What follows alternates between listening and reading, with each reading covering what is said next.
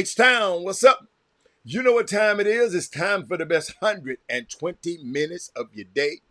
The Chop Shop, the nation's #1 urban sports talk show, and also your midday sports happy hour. Yours truly, Robert Hatter, alongside Jim Hicks, coming to you live from Houston, Texas. We're still on the West Coast, but we're coming to you live, via Facebook Live and YouTube Live, and it's Tuesday. Unique day. You know, we a week away. We 7 days away from. You know, I hate to keep talking about. No, I don't. No, I don't. I love talking about it. I'm sorry. I'm lying. I love because I think some great things can happen. I got to finish conversation. Who remember where I stopped yesterday. Whoever bring it up, I'll go and talk about it. Hey, everybody on the show.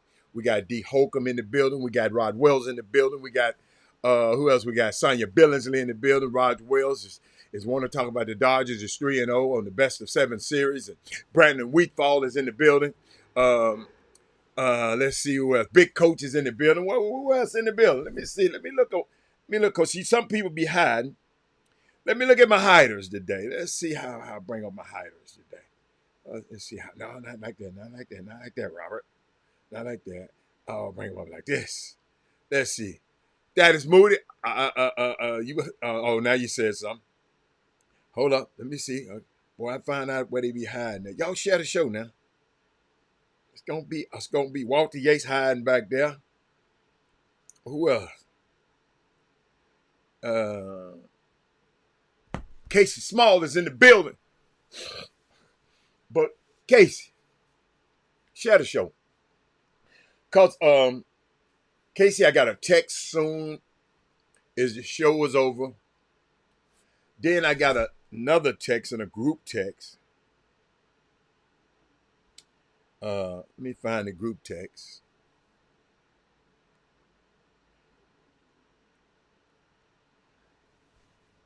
When is this going to be discussed on the Chop Shop? I'll be tuning in.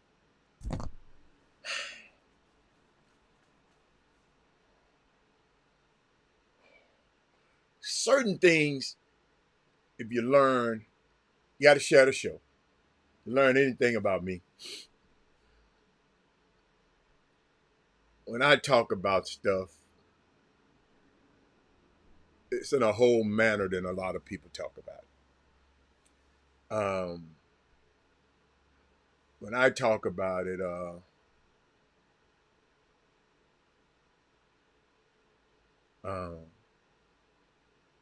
it's just different. Bethany, Lakeisha, it's just different. Bethany, I wish you and Lakeisha can see all the information that I get. People send me stuff that I know that most people in this that has a talk show would talk about because it's messy. But Bethany, Lakeisha, I've never, ever liked messy. But now if I find a situation that I can use as a lesson for our next generation, y'all, the only reason I do this, in case you didn't know, Bethany, is I am pouring into the next generation. I don't want to be a generational thief, so I want a generational thief, meaning that we rob the next generation of our gifts. I want to give all of this information and put it on tape, put it on print, so in the future, the young people can say, look, it was a guy like that talking about this 20 years ago, 15 years ago. I got a lot of this stuff that they're putting in manuscript. I'm trying to write a book because I just don't want to be a generational thief. Eric Boone is in the house. What's up, Boone? You made it back? So I have different motives. You know, that's why I laugh when people get mad at me, because I like Bethany and Lakeisha. You own the show, but you wasn't around on that day. One day, Keisha and Bethany, Lakeisha, I posted some information about summer basketball that several parents sent me. So I'm just talking about it. But it triggered somebody to come on here and constantly talk crazy to me on the feed, and then at the end say your mama. My mama. Grown ass man. So I continue, and I'm telling you, Bethany, my bad. I hate I did it, but Bethany, sometimes you got to be profane to be profound. I gave him a few choice words that yeah, I gave him a few choice words. I really did, and I didn't mean it. I mean, I even got off the show and apologized to Sonia Billingsley. First person I called. She said, "No, Robert, he was out of pocket." And and I try, especially being in a position of power. But sometimes when you're sitting up here and doing so much good for people, and then people just come on this show and just try to use it for I don't know whatever the reason, and try to tell me how to do this show, I'm gonna have a problem because I never come to your spot, Lakeisha. I never would come to your job. I will never come to your whatever you doing in life, Jay Jackson. I would never come on your show and disrespect your show and troll your show ever. Ever. I'm gonna support you. I'm gonna support you. I'm gonna support you. If anybody know anything about me, that's the way I am. And so if that's the way I am, I demand that. I demand that too. You follow me? If that's the way I am, I'm going to demand it from other people because I respect you. I'm going to demand it from you. But I just sit back. So there's some things happening that tied to a very, very important figure in our basketball community. And I'm going to just tell you the truth. I don't even know how to talk about it yet. I don't know how to talk about it. But I am going to talk about it because I got to, but I don't even know how. Because it's young black people involved. And I love my people. And if I can deter another young person who have this power from not going that route, because your ass going to go to jail, they'll let all them white folks do it, but they catch you going to jail. So if I can just do that, because I know some people calling me with some LOL, laughing my ass off. What is this to laugh about? And I'm going to share with y'all a little bit later. Some people just effed up, man. So I was thinking about it. Yes, sir. Yes, sir. I'm still on the West Coast. I didn't know I was out here because you won't call me back. How in the hell I'm in California? Somebody done told you. But the biggest mistake we make in life is thinking we have time. Glad you mentioned that case, Stacy. Stacy. A few months ago, before I came out of here, every day, wherever I'm at, on the golf course and meeting, walking out of meetings and everything, Stacy, I was FaceTiming, or my daughter was FaceTiming me because my grandson just wanted to look at me because he couldn't talk. Still can't talk. He can say words. Hey, so every day I'm on the golf course. My golf partner said, "That must be your grandson." They run over here. Boom, on here, they run over there saying, "Man, let me see it. Every day. So when you thinking about something every day, your ass better get out there and tend to it. So on Father's Day, no fanfare, I just took up Lakeisha and Aaron Wilford. I just came for Father's Day to see my baby, see my grandson, see my daughter.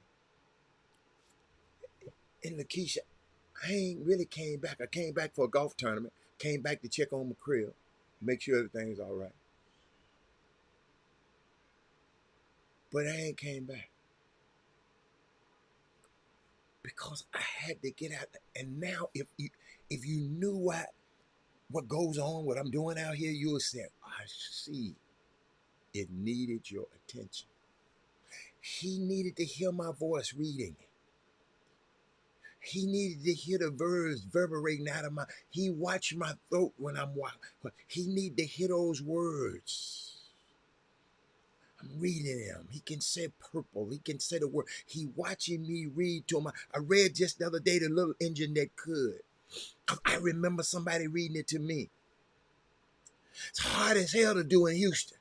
All my kids are grown. My son in New York. My daughter's out here in LA. And what I'm finding out that these people out here love me way more than anybody in Houston love me.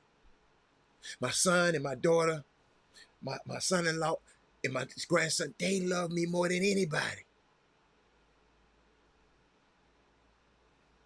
So I just, and they make me feel so needed and loved out here. That's why I haven't left. That's why I never left.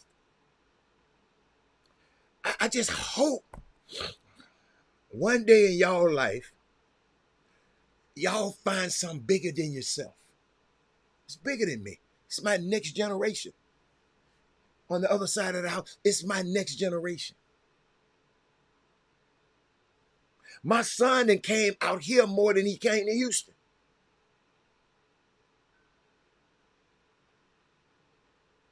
It's a unique situation. But thank you for asking, Stacy. But the biggest mistake we make in life is thinking we have time. Let me tell y'all something. Be present, be kind, love more, and love now. Just telling you.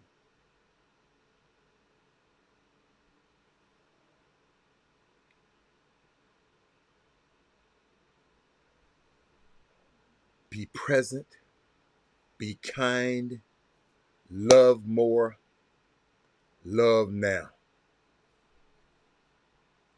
5 minutes from now is not promised, Stacy. Stacy, I know you hearing me right now.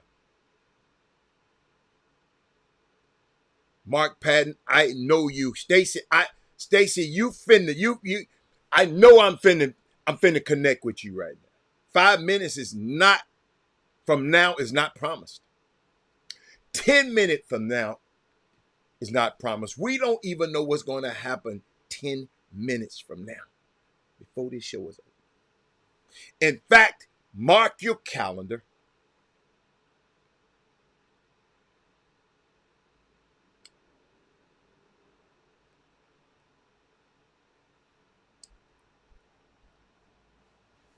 It's Tuesday. Rough week. You trying to rush through this one. Who you talking to, Jared? Who you talking to? Who you talking to? I don't know what you mean. You might be talking to somebody because I don't know who you're talking about. Because I'm not rushing. So you might be talking to somebody else. But, Stacy,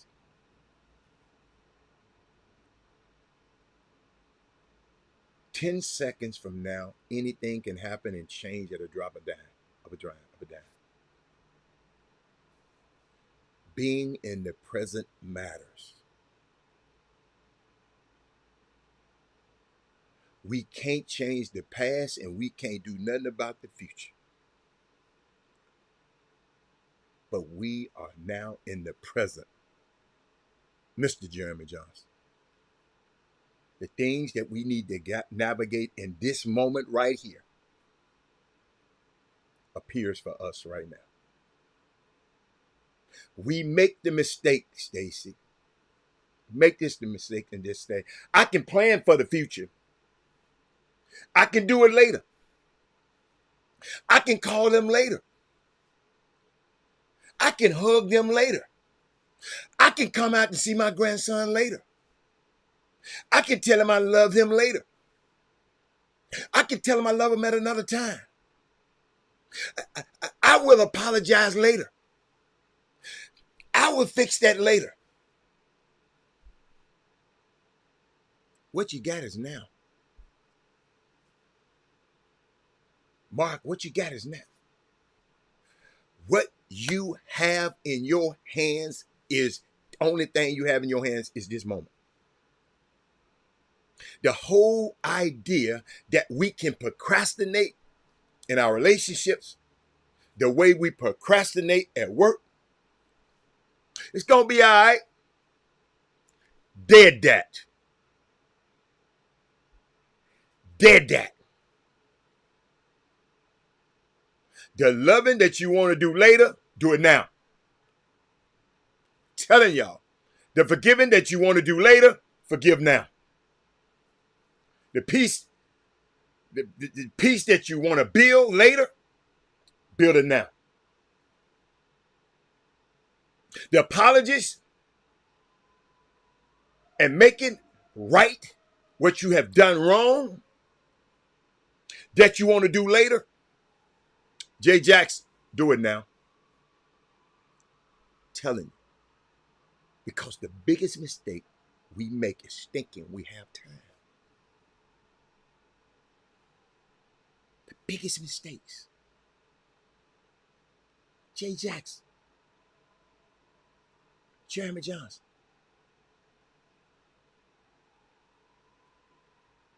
Tracy Greenwood. I got on that plane. I'm still thinking about it. Stace. Still thinking about it. I just wanted to share that with y'all. Somebody needed to hear that. You might not comment it right now, but I know you get it. I know you're feeling it. I feel it. That's why I do this every day. Because I want to leave a digital footprint. So young men can know it's black men can do this, and black men can do this, and black men can talk intelligent. Black men, it ain't about all the time the foolishness. A black man can come on this show and talk about more than who hit the Dodgers winning last night. Can talk about the Lakers going more than that. The Lakers going in 3-1 last night, or went 3-1 and lost a close game last night. A man that can tell you, can give you something like this, because everybody, a man who's smart enough to understand the significance of this background. That's the sphere. First time it ever did this for a presidential candidate. They paid for it, but it's the first thing that happened. What's up, Chad? Don't go nowhere. Stay there. But we always get on here, Tracy and Michelle. Some people will come on here. Robert, that is my opinion. And I don't mind you having your opinion. But can you please have your opinions backed by facts? And I'm going to show you why. I got to play this for y'all because I'm going to show this the world we living in. Share the show. Talk about the Cowboys.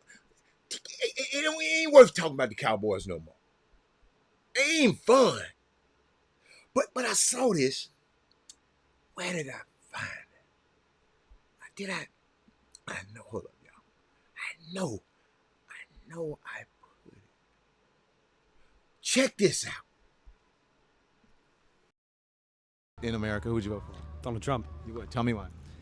I just think that this is the last opportunity for Republicans to win this election, because Kamala's letting so many immigrants in, and immigrants who she'll give the vote to vote Democrat. Yeah. Well, she's not letting immigrants in. She's not the president. Well, yeah. Well, she's in control of the border. No, she's not in control of the border. Oh, yes, she is. No, she's not. Yes, she is. That's her role as vice No, president. that's not her role. That's what you've been hearing. That's not her role. Her role was to fix the countries around the border so that it would be an incentive for people not to come in, but she's not in charge of the border. Well, even if that's the Congress and the Senate. Even if she isn't, if she becomes president, let's say she becomes president, it will be her role to control the border. Yeah. And she said that she wants to control the border, and she wanted a very conservative. Hey, she wanted a very conservative, bipartisan bill that was thwarted by Trump and the Republicans. She wants to enact that to help the border and to get more resources to stop people from coming over and more border agents. Okay. Yeah. So, well, it's kind of the opposite of what you're saying. Well, it's not what we've been hearing. Where are you listening? Twitter. I mean, okay. Do you know what X is happening with X now? Well, you tell me. No, you tell me. Well, it's free speech. Free speech nation. Well, you know, free speech. The young man said he heard about it on Twitter. That's why he gonna vote for Trump. Because he heard some lies on Twitter about Kamala Harris. Y'all got to hear me today. Especially you summer basketball, especially you grassroots basketball people. Let me keep going. Has nothing to do with social media. Well, why not? Because free speech for the U.S., which you don't have that in England, free speech for us is about the government not enacting laws that restricts our speech. It has nothing to do with a private platform. That has nothing to do with free speech. That's the same as going on that platform is the same as someone coming into your home and you can tell them how to conduct themselves in your home. And if they don't do that, you can say, hey, leave. And you'll be perfectly within your rights to do that. It has nothing, absolutely zero to do with free speech. I just think X is a good thing because it's allowing people to know, with no barriers, to voice their opinions. And that may be true in some sense, but don't you think having facts, like you don't even understand about the border, like you don't have the facts about it, and that's what you're learning on that platform? The kid don't have the facts. The kids don't. Just think about this. That was an important point. Nothing against you, Chad. I'm just going to use your comment to teach a lesson. Don Lemon is up there asking this and giving us a great example about how these people just get their information. And this what Chad Growth get out of that. Don Lemon, I see. Hold up, y'all. Watch this, y'all. Watch this. We got to stop this. Don Lemon, back, I seen his IG. Whatever happened to him on CNN. He doesn't look healthy, Robert Haddle.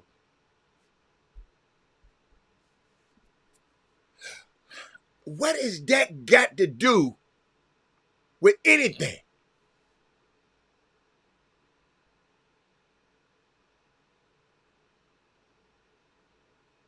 What has that got to do with anything? He is talking, unlike you, he is out there on the front line, just trying to see what's going on, and you come talking about he don't look healthy. What's wrong with us? What's wrong with us? We can't see what he's doing. We can only, he doesn't look healthy.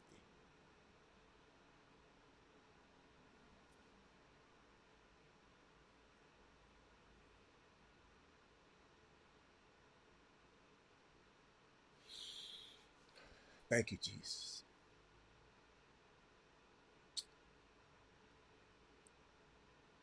Candace Owens was banned from entering Australia. Candace Owens, the little Trumper, who Trump them used as a puppet and discarded her ass just like they discarded Omarosa. Black women. I see, just like they're gonna do Byron Donalds, the little black dude that just they have on every radio, on every show, sucking up to him. She is banned from, and you just stating fact. How the hell? That's your fact. Ain't nobody else. What's the fact? The fact, have you did a, see he come back. I stated facts, just putting it out there to see if you know. They fired him from CNN. What's the fact? Tell me what your fact is. Just stating the fact. Just putting it out there to see.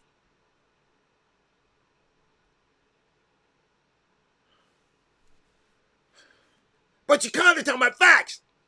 Do y'all know? Do me a favor. Do me a favor, Chad. Do me a favor. Go to your dictionary right now and look up opinions and look up facts. Just do me a favor. Just go to your dictionary. No more comment, because you don't know comment. Go look up opinions and facts. And come back and talk to us a little bit later. But let me keep going. I was talking about this girl, Candace Owens, who got banned for entering Australia. Great, great country. If you ever have a chance to go. Because she can incite discord in almost every direction. Her visa was revoked. All this crazy ass stuff y'all be saying and doing all this stuff, her visa was revoked. See, they just telling her, you not coming into this country with that mess. Y'all can keep that mess over there. We ain't got time for it over here. That's what Australia told her. We got enough problems already without importing your American racism. That's what they told her. It's unbelievable. You're getting put out of a whole country. And one thing I got to do, because I know we're going to get in this other stuff later, because I think Jimmy coming on a little bit later, and I'll get into it, because I know he knew the coach at Booker T. Washington very well, and we're going to talk about it. But I apologize, y'all, on behalf of everybody that said J.J. Redick couldn't coach, and he couldn't do it. I apologize. J.J. Redick, I apologize. Robert Hatter is going to say, I'm sorry for all of us. I got emotional when you got the job, because a friend of mine was trying to get a job at that time and he didn't get no job. I got emotional. But I feel all of us were wrong. And I know it's just a sample size. It's just 4 games, but I can see a big difference in the teams. It's all you can ever ask for in a coach.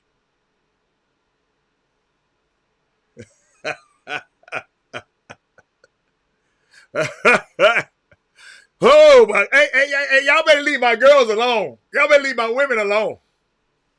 Robert, he may be speaking of alternative facts. Him saying Don Lemon doesn't look healthy is clearly his opinion, especially being that he doesn't know if Don Lemon is sick or not. Boy, that's an educator there, Chad. Chad, that's what I was trying to get you to understand. Baby, you my dude. When you put it up here, I have to teach a lesson about it. Nothing against you. It's the words. You personally, when I come out to Phoenix, you're the first one I'm going to still call. But I got a responsibility when you put it on this screen. Okay? So everybody to know that I have a responsibility. And I don't mind it. I love it. I love you, what you say. Because if I say something about it, that means it's worthy. If I don't say nothing about your comment, I ain't saying it's not worthy. But back to J.J. Redick. Back. My little youngin just texted me back. Hey, man. See, that kind of stuff make me feel good. Young, busy college student athlete just up in. And y'all do me a favor. Don't be mad at these student athletes, because they be busy. Don't be mad at them.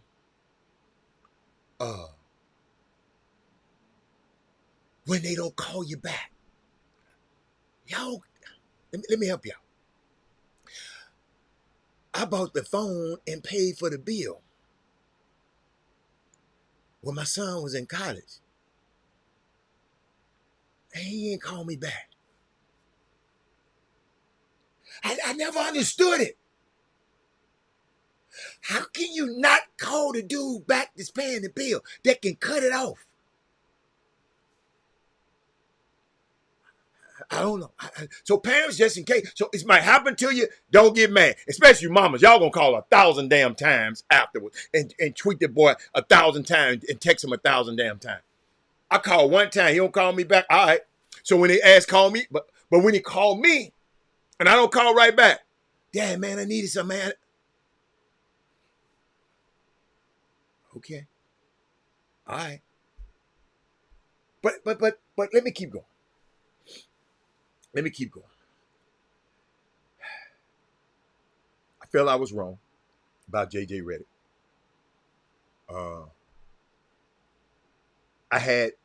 He had no coaching experience, but his boys basketball team.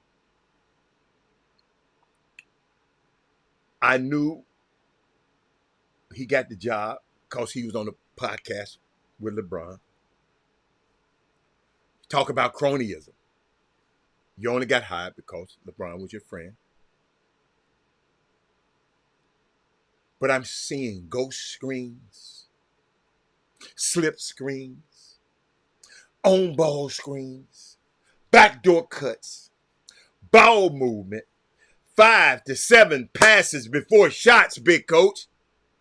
Sets being executed, especially after timeout, at a high level.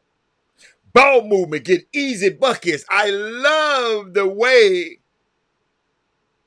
JJ Redick, you made the Bronny storyline go away. I like how you handled it, man.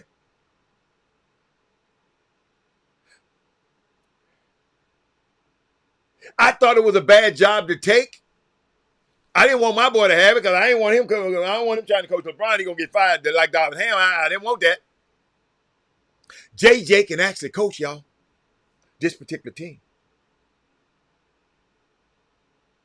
He can actually coach. And when I sit up here, talk about people, and I talked about it, and I had to come back and apologize. JJ, I apologize. I apologize. I should have knew something about him.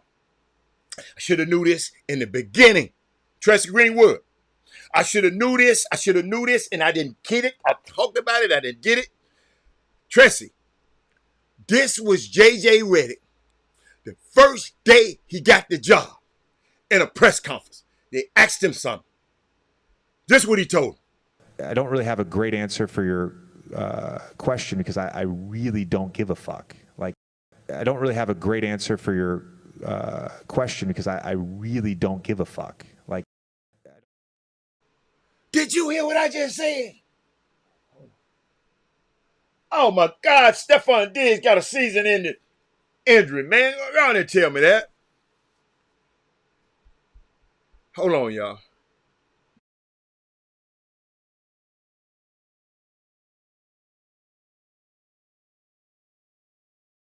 I had to mute myself. I didn't want to sneeze in here. One more time. Wow. But, Tracy, did you see what I just said?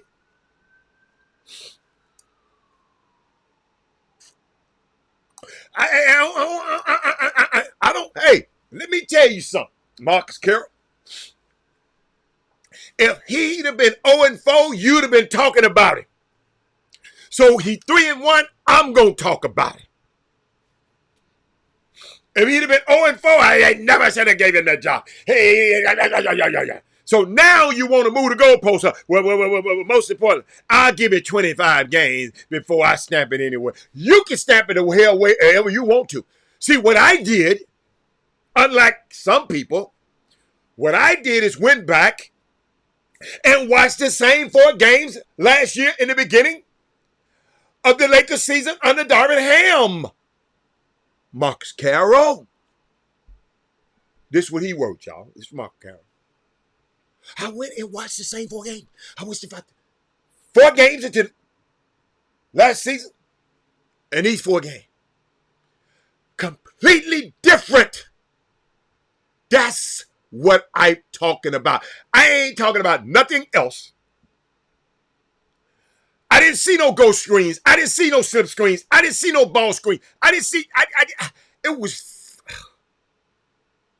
Anthony Davis was an afterthought.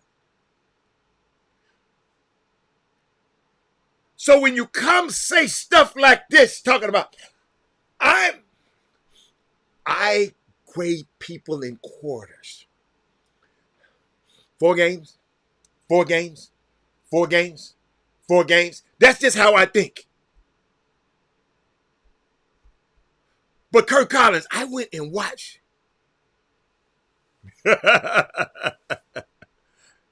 Chuck,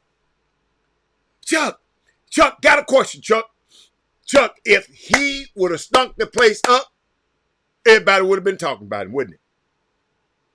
If the Lakers was 0-4, 1-4, 1-3, everybody would have been talking about it. I ain't say, there y'all go again. It's too early to tell. But, see, here's another one. Y'all, here go another one. Oh, George. It's too early to tell. Everyone is healthy and there's no adversity. I can only judge him on what I've seen. And George, I don't know about you. I went back and watched this 4 games from last season. See, y'all be coming on here with y'all. I ain't saying they the greatest team in the world. I said he can coach. I said I apologize. But the things I went back, George, do me a favor. It's okay. It's somewhere accessible. It's somewhere accessible. I ain't gonna give you my passcode. But George, you can go back and watch this 4 games, first 4 games last year. Or you can go back and the first 4 games that Darvin Ham was there. In the first 4 games that this guy's there. That's all I'm saying.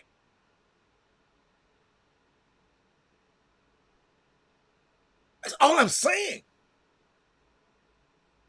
I just said I owe him an apology. You don't have to apologize to him. I talk bad about him. And I told you it was personal.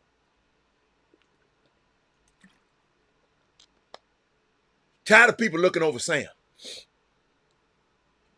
Charles Lee getting a job at Charlotte. And he's coaching his tail off at Charlotte. Bodies are moving. Yes, ball is moving. That's all I'm saying. I didn't say they finna win no championship. That ain't what I said. I'm looking at my words. I ain't said none of that. But let me keep going. Let me keep going. See what else I got. Let me see what else I got. Boy, it's gonna be a good day. Y'all need to share the show. I'm gonna talk about it in a minute. What else I had on my I have like my monologue. I want to talk about stuff all over the world. I think I did. No, I didn't. I saw this. Somebody help me with this. Glad you there, Chad.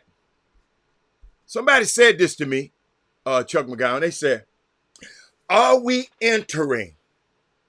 And I didn't know what they meant. So somebody on here can help me. Are we entering the peach jam era of the NBA? I don't know the guy, so I don't be going. See me on social media. I'm not gonna bother you, y'all. I'm not gonna bother you. I wish I knew the guy. Would ask him what he meant by it. Baby, y'all know. They said we are entering the peach jam era of NBA. What did they mean? Don't forget, I ain't got off this Joey Bosa boy's ass. I'm gonna talk about it. Yeah, and most people do. JJ Redick played for 16 years, and you saying he could? Us. How many people you know personally that played in the NBA for 16 years? Because you said he coached better than he played, I tell you. Y'all must don't know how good these NBA players got to be. You must have didn't see J.J. Redick at Duke tearing everybody's ass a new asshole. In the NBA, he played long 16 years. And you say he coached better than he played? Sometimes I just don't understand what y'all be saying. And maybe y'all just used to saying shit and don't nobody say nothing back to you. That's just what it sounds like. So it couldn't be a slouch.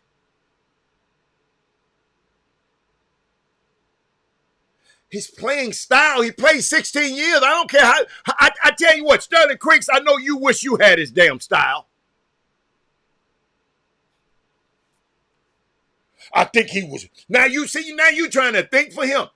I think he's referring to the style of play. Oh, no, I'm sorry, Sterling Creeks. I'm sorry. He said, I think he's referring to the style of play now. No.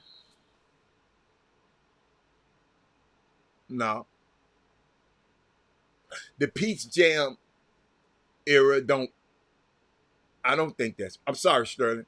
I got it wrong. I thought you said you think he was to J.J. Redick's style of play. I'm sorry. But we're entering the Peach Jam era. I don't think that's it.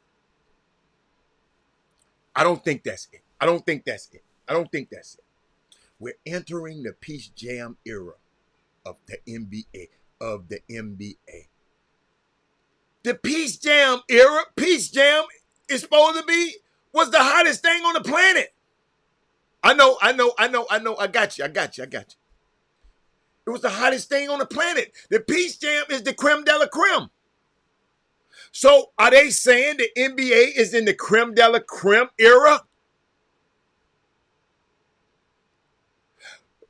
Man, the Peach Jam is some of the best basketball I ever seen, Sterling Creeks. It seems that the players have bought into JJ by coaching experience. He may not have deserved the job, but he's knowledgeable.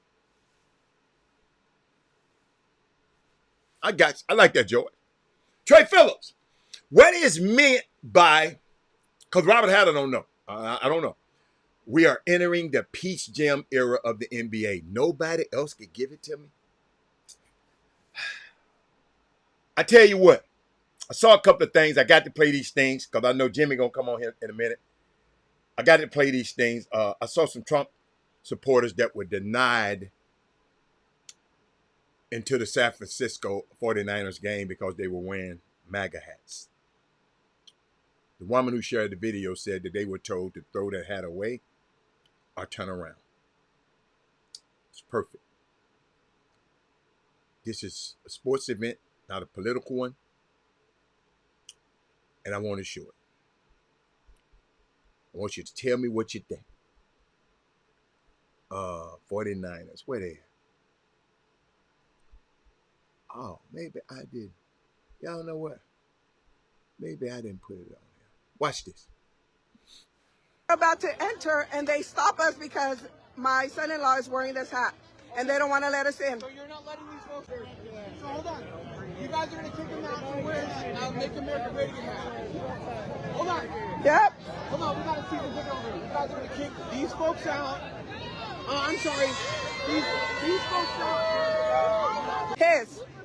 I want to know that the supervisor does not allow it in because it is. His. I'm going to pause some. Do y'all notice what jersey that he has on? Do y'all notice what jersey he has on? Y'all talk back with me now. Let me keep going. I want to know that the supervisor does not allow it in because it is not on the website. Look at the jersey he has on. That's Joey Bosa's jersey number. She can't wear it? Yeah, they said we can't wear it. No way. Yes. Yes. Our MAGA hat. I don't even fuck with it, but that's crazy. Right? Look at. How are you going to apply policies after I purchase my TV? We need that owner. Let's go. Bring somebody else. It doesn't take, you know. Let's go. There's nothing wrong with it. Let's go. Woo! Let's go, Trump. Woo! Every game is a hostile game. Every game is a hostile game.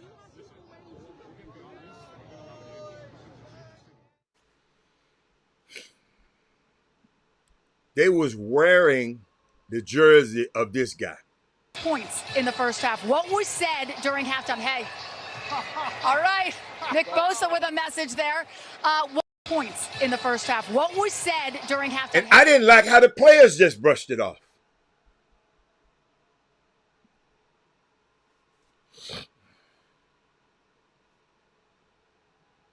No. Yes, Peace Jam is Nike Youth Basketball. Absolute. Peace Jam. Well, we don't care what you care about either, Marcus Carroll. My question was, somebody said we are entering the Peace Jam era in the NBA. That's all I said. We don't want to hear about your comparisons to the development of the players in the phase over in Europe. We're not over in Europe. You train people every day. Why aren't you training the ones over here to play like the ones in Europe if you think they so great? Marcus Carroll. So Marcus Carroll, in the next coming few years, you training every day. So you know what the hell they're doing over there in Europe. So you training these American kids how to play like the guys in Europe now. I hope instead of you just running your mouth and putting stuff on the screen, because I'm putting it up there, you say, I don't care. I care, because I asked the damn question. But you say you care, so you say you care about the fact that the developmental phase in basketball is better in Europe than amateur basketball in the States at the moment. So you into developmental players, why aren't you doing something about it? So in the next 4 or 5 years, we should see some top players that come out of your camp.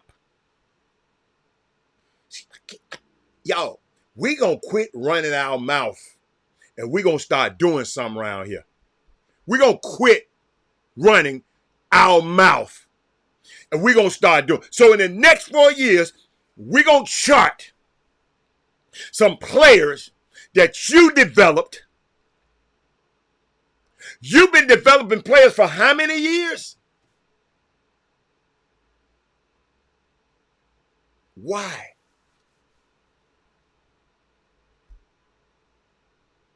Y'all got to talk to me. Y'all got to talk to me.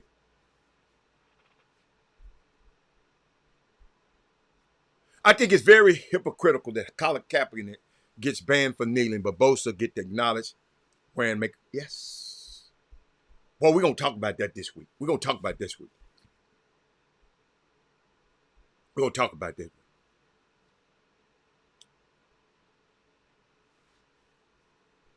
Ain't nobody said promoting what you believe is a choice. We are living in a time of choice. It's sad that we must choose. Ain't nobody said that. But we got another whole human being who lost his career from just kneeling. And I hope you was visible as the visible statement you just put up, visceral statement you just put up here, Reginald Mitchell, about his choice. Didn't Colin Kaepernick have a choice?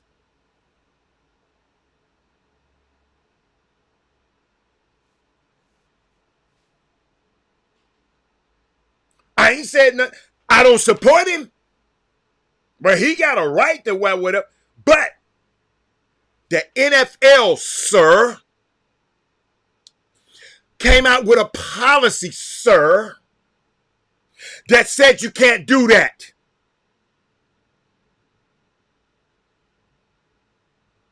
Tank, the NFL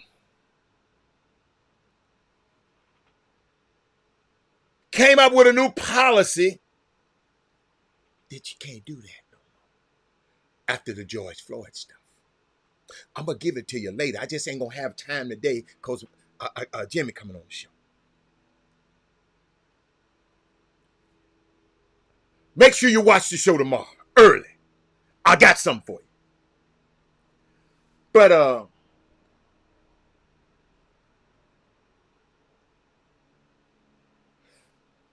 taking time, my brothers.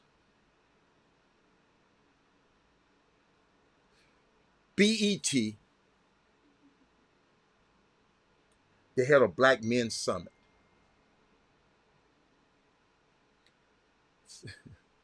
I'm going to get to that.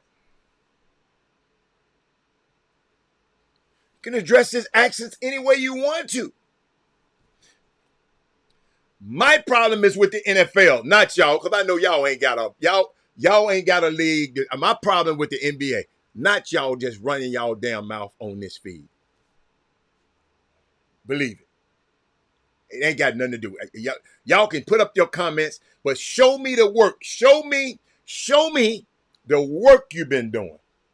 It's easy to sit up here and come on this show and type a few letters and comments. Show me your work. Let me keep going. BET held a men's summit. I'm going to give y'all a little bit what was said, and hopefully somebody play it over and over and over again. All black men should watch this. Let me find it. Did I put it up on the screen? No, I did not. I got to find it. I saw it.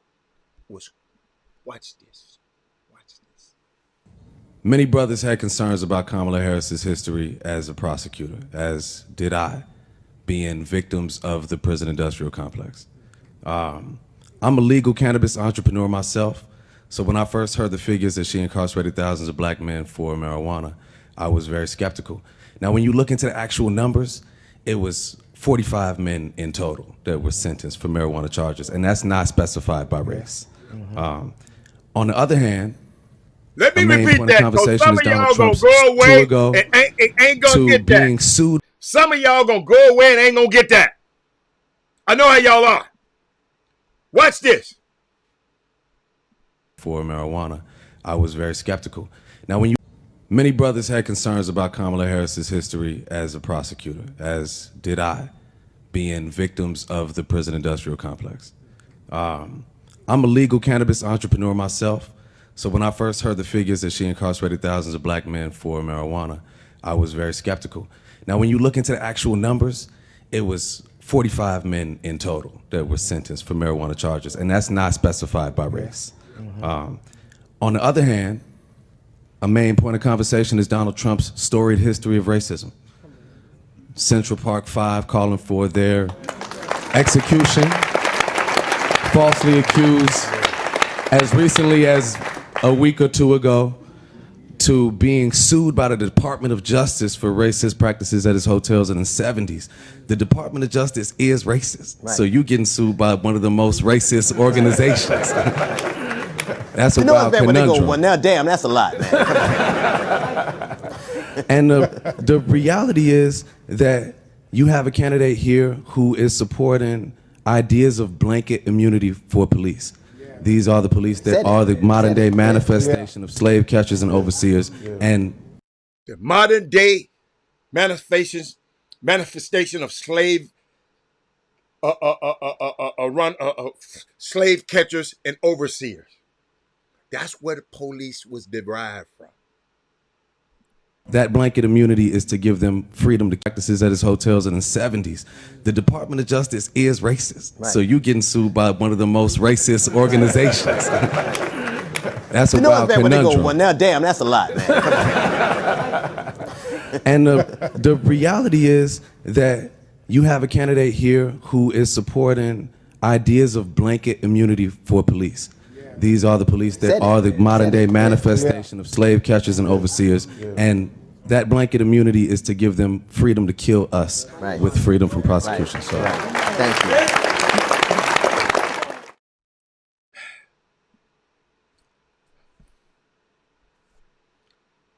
Should I say more?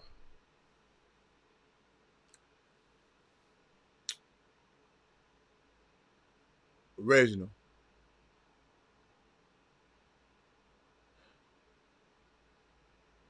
I know you ain't been watching the Chop Shop that long.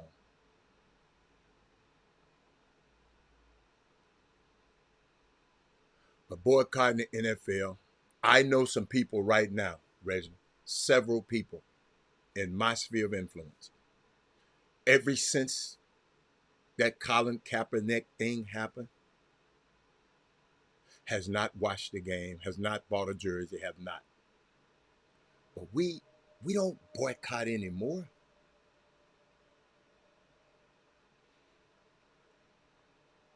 Jeff Bezos just told his editorial chief that the Washington Post, the newspaper he owns,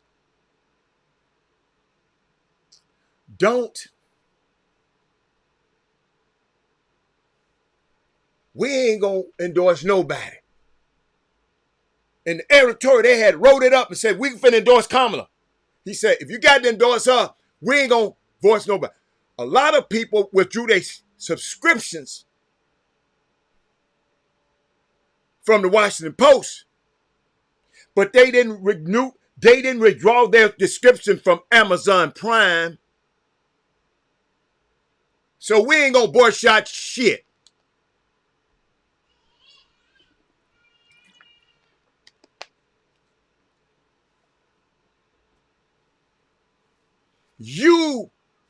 He bought that just because he got so much money that when rich people buy newspaper, I didn't want to go here, but when rich people like that buy newspapers, they buy it for the power and access to tell you and change the way you think. That's why he bought it. He don't care about making no money. He don't care about you not renewing your subscription to the Washington Post. But you finna go and order some Amazon, come to your house tomorrow. Y'all will be sick. My poor little daughter be sick. And she got a Tesla and Amazon every damn day. I got the wiener off it, y'all.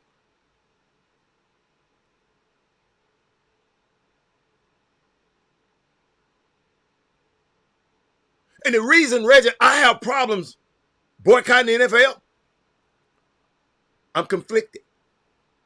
Because NFL, that industry, makes more black millionaires than any other American industry. Amazon Prime don't make no lot of black millionaires. It's a lot of white millionaires, not like black millionaires. The NFL does. So, but we'll talk about that on another day. We'll talk about that on another day. But I'm glad you brought that up, because I ain't have talked about that in a long time. But y'all, welcome back to the show. I know he's been under the weather, but boy, he back. Let me bring him in. I ain't gonna waste no time, man. Come on in here, man. Come on in here, man. I see you. What's going down? I see a couple of bottles. Hold up, I see a couple of bottles of whiskey is missing back there, boy. They still full. No, they still full. No, it's a couple of bottles. It used to be a bottle right there. Right there where the little opening is right there. No, I just moved it out the way. I ain't touched it. Oh, okay. Wait, the cleaning lady might. No, somebody gonna get cut. Cleaning lady, come over here. That's my girl. Yeah, but what's going on, man?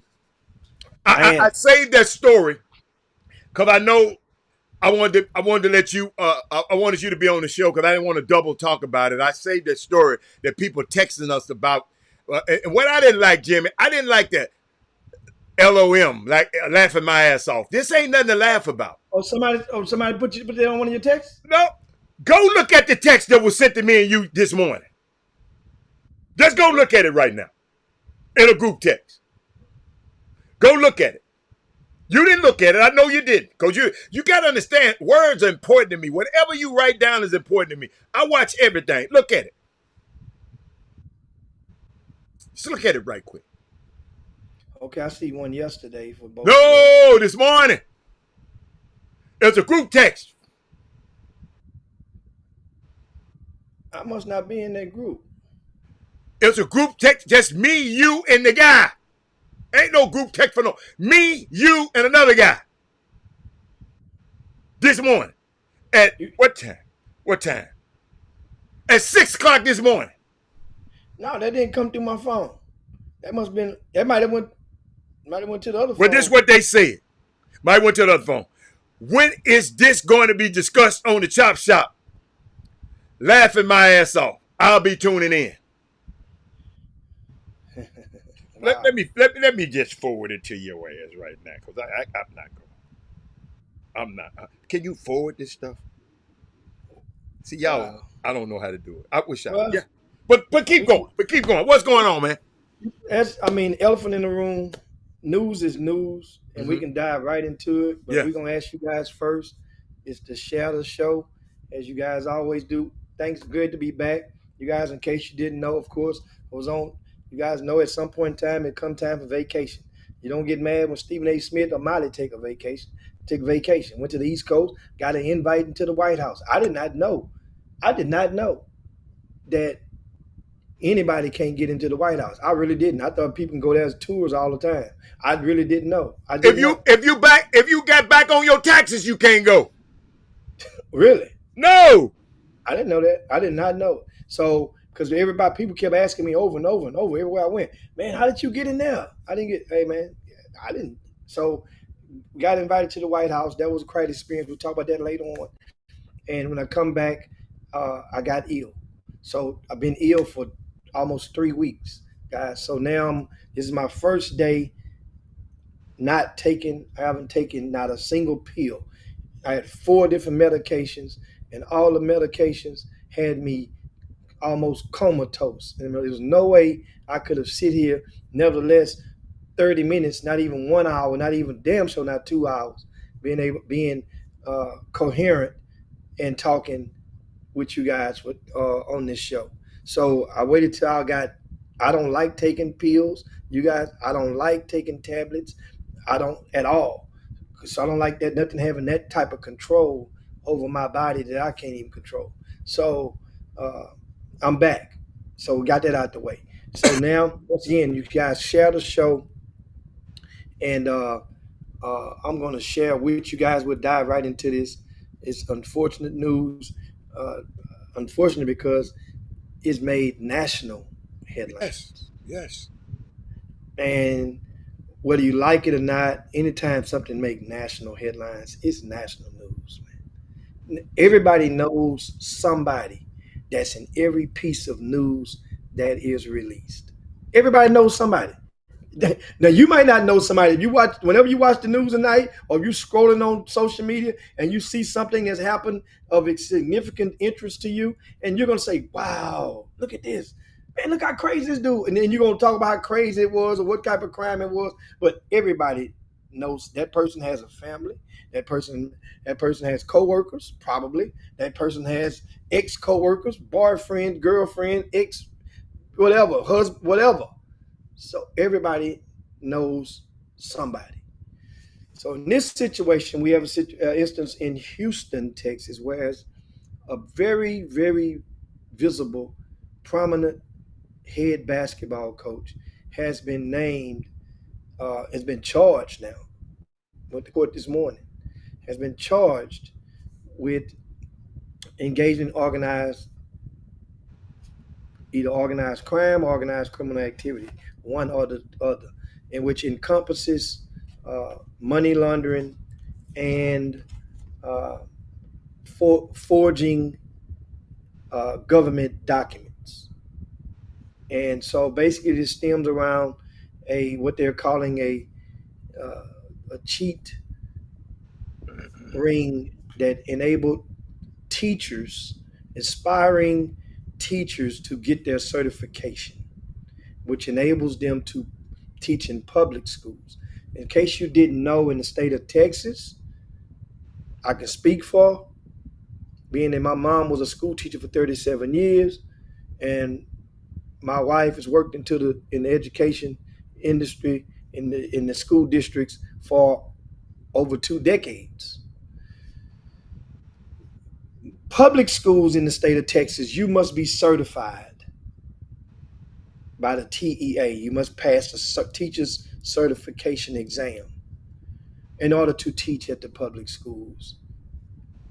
For the most part, they have gave waivers as a result of the pandemic, and then those waivers, and before the pandemic, whereas they would give you up to around 2 years to get your certification. They would bring you in, and you would work doing business as, and they would give you a couple of years to get it in. Well, in this situation, this scam, this what they're calling this scam, and allegedly, uh,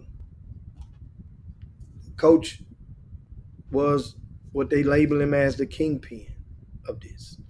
Normally, when we hear the terms kingpin and we hear the words organized criminal activity or organized crime, first thing comes in our mind, because a lot of us, the way we've been programmed, is what? We start thinking street stuff, mafia stuff.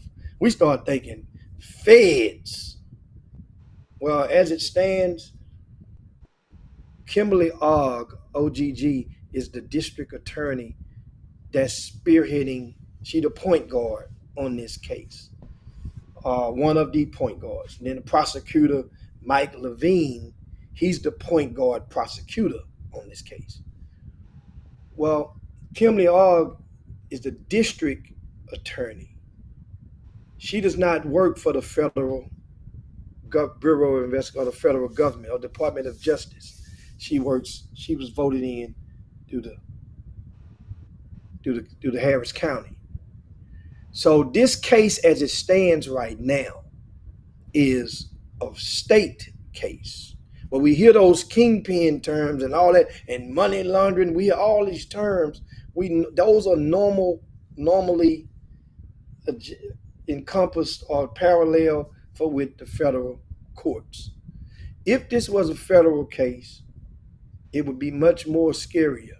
Not to say it's any less scarier, for none of these people has never been in handcuffs or in jail, so to speak, many of these in their lives. So not to devalue the horrifying instances of being arrested, especially while you're at work, especially the element of surprise and the embarrassment that goes with walking off the campus for at least 3 of them while kids are watching you.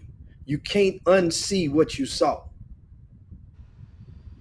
So now, Adam, I got the preliminary stuff out the way. It's time to dive into this conversation, which is it hurts because everybody knows somebody. I know it hurts me.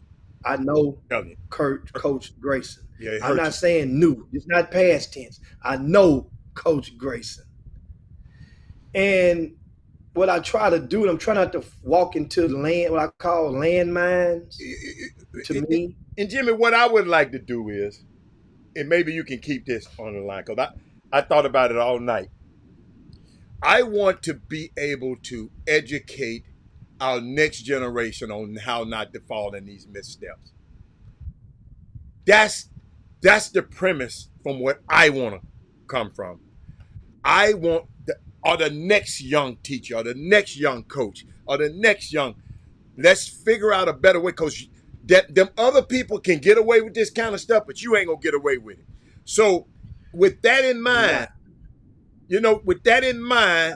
I want it to be a teaching moment, but keep going, because everything I'm gonna be coming from is a teaching moment, not a messy moment. But keep going, Jim. Yeah, I mean, it's there's definitely a lot to learn from this, and understand now, this is the state court for which they're in. I mentioned that earlier for a reason. The federal government is the one that had a 96% conviction rate, not the state courts. The federal government is the one that has that high. When they come at you, they got you. Not to saying that this ain't the case with the state court. Don't get it twisted. This case is probably one of the most prioritized cases on any of the dockets in the district courts. Why do you say that? You found out? Somebody told you? Well, now I didn't even check those traps yet. You can just tell by the verbiage that they're using. Remember I said the kingpin, But I saw some. I did. I saw some that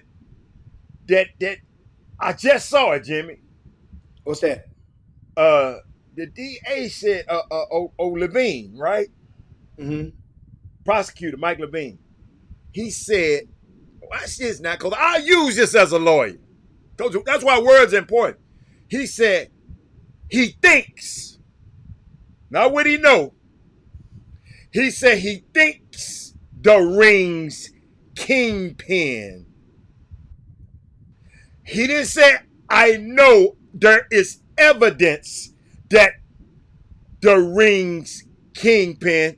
He said, I think the ring's kingpin is head coach, basketball coach at Booker T. Washington. I've been words, Jimmy, means a lot now in court. So I'm just letting you know, when I read that, I said, whoa, he thinks this the prosecutor. Your ass supposed to know, but keep going. I'm sorry.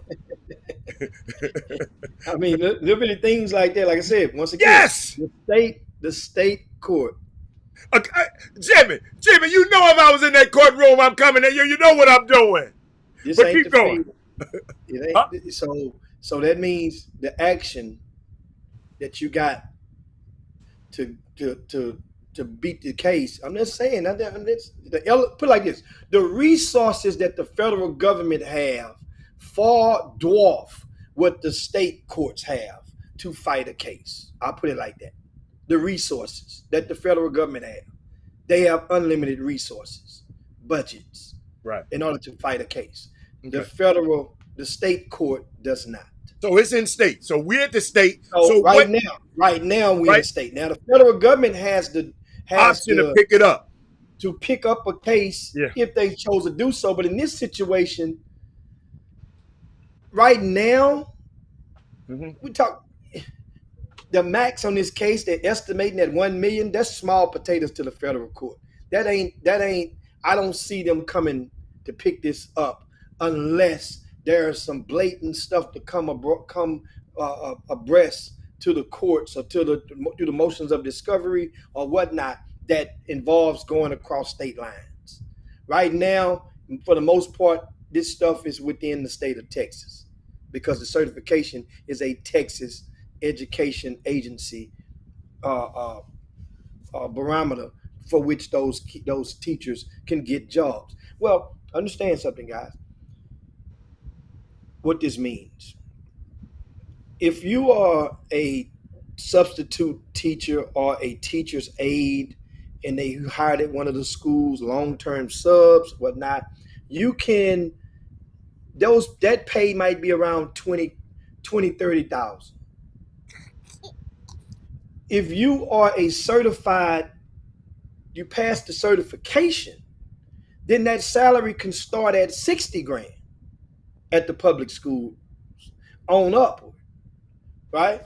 So, boy, the hell getting out there, boy, looking like right now, I don't rip it, boy, right now. Man, don't worry about here, man. Come on, this is important. So that means your pay raise your pay scale can triple, right? It can triple.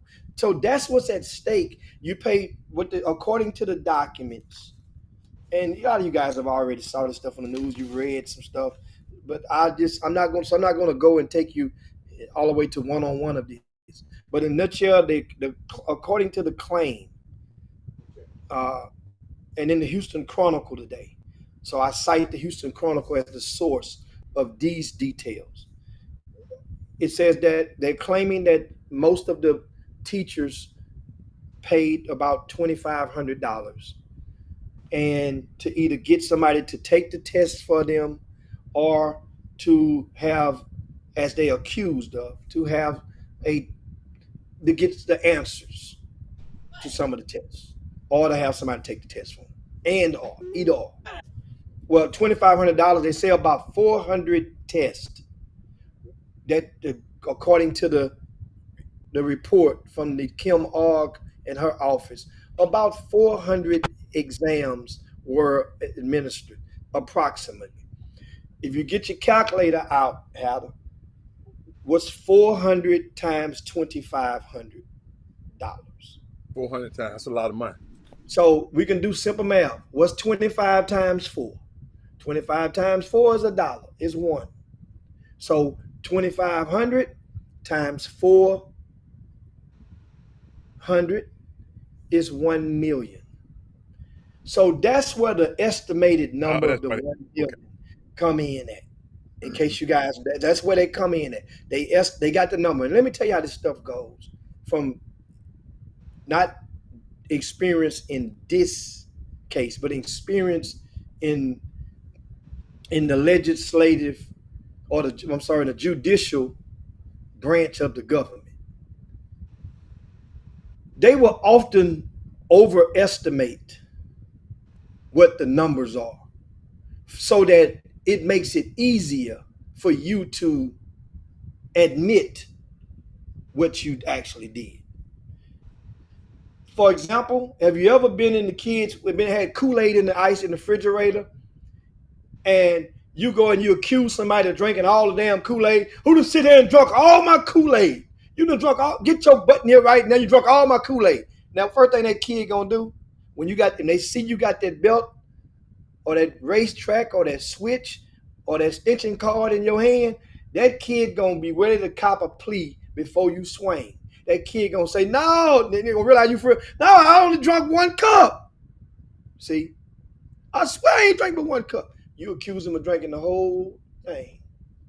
They copped the plea for that 1 cup. Now you still gonna punish them because they drunk Kool-Aid. They don't realize that was the last drop. Somebody else drunk the Kool-Aid after they drunk the Kool-Aid. They got 2, 3 sisters and brothers. The other ones ain't got home yet. But back to the reality. So a lot of times they will overestimate or they will over-accuse. And what happens with that, Hatter, especially in courts, if you are convicted or if you accept a plea, you will have to pay what they call restitution, a fine plus restitution. That restitution is based off what the number is that you have been accused within the case. So that means you'll pay that back over a period of time, or you're supposed to once you get home. Once you get home, because they can't make you pay nothing back and you doesn't have a means of working because you were incarcerated at the time. So I wanted to get that point. Like I say, educating as well out of going through this stuff.